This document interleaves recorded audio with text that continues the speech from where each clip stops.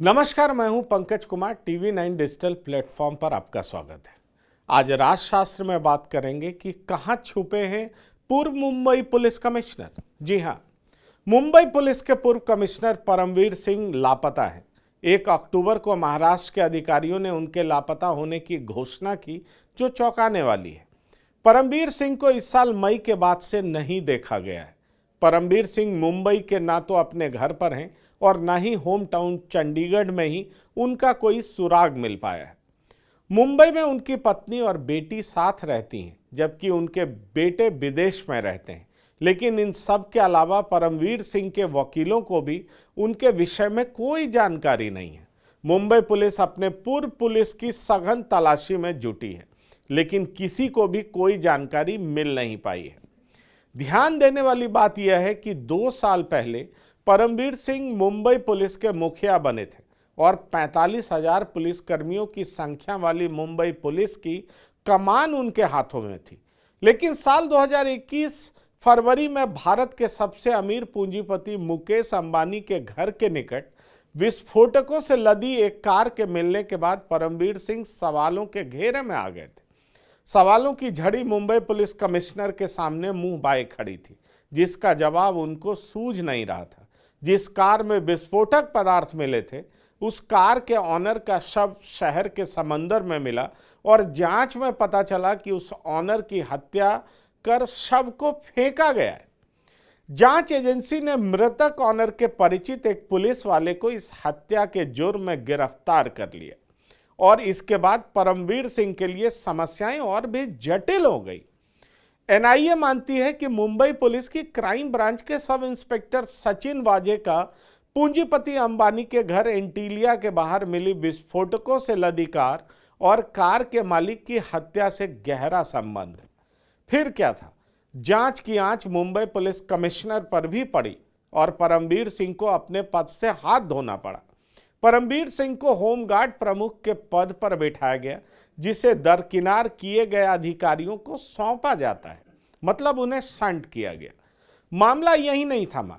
राज्य की मुख्य विपक्षी पार्टियों ने महाअघाड़ी सरकार को आड़े हाथों लेना शुरू किया। राज्य के तत्कालीन गृह मंत्री अनिल देशमुख ने जवाब में कहा था कि पुलिस कमिश्नर का तबादला रूटीन तबादला नहीं था और उनके कार्यालय में बहाल अधिकारियों ने कई गंभीर गलतियां की थी। वैसे इन गंभीर गलतियों से पर्दा उठना अभी बाकी है।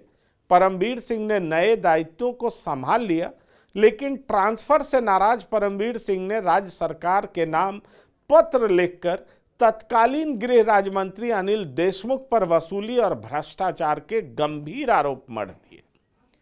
मुख्यमंत्री के नाम लिखी चिट्ठी में परमवीर सिंह ने आरोप लगाया कि देशमुख सचिन वाजे की मदद से मुंबई शहर के बार संचालकों और होटल कारोबारियों से नियमों के ढील के एवज में करोड़ों रुपए वसूली का काम किया करते हैं।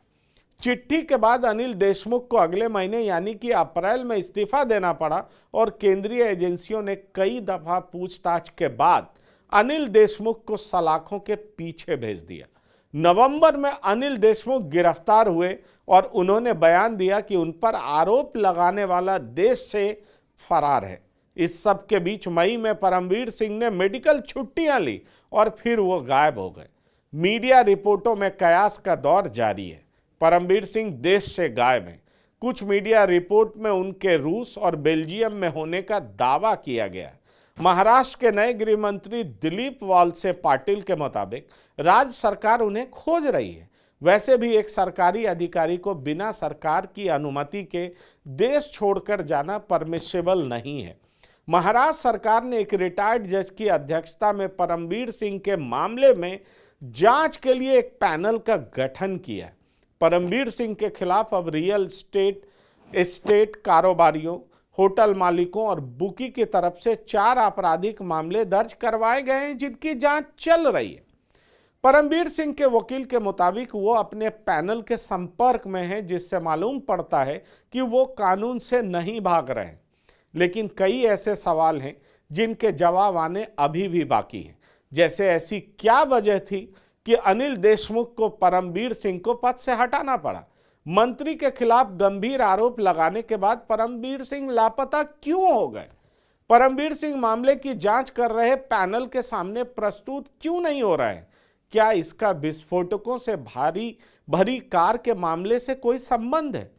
परमवीर सिंह ने 4 दशक के पुलिस करियर में माओवाद प्रभावित जिलों में माओवादियों और शहरी क्षेत्रों में गैंगस्टरों से मुकाबला कर नाम कमाया था। 1990 के दशक में अंडरवर्ल्ड के खात्मे के लिए बनी मुंबई पुलिस की टीम के साथ भी परमवीर सिंह ने काम किया।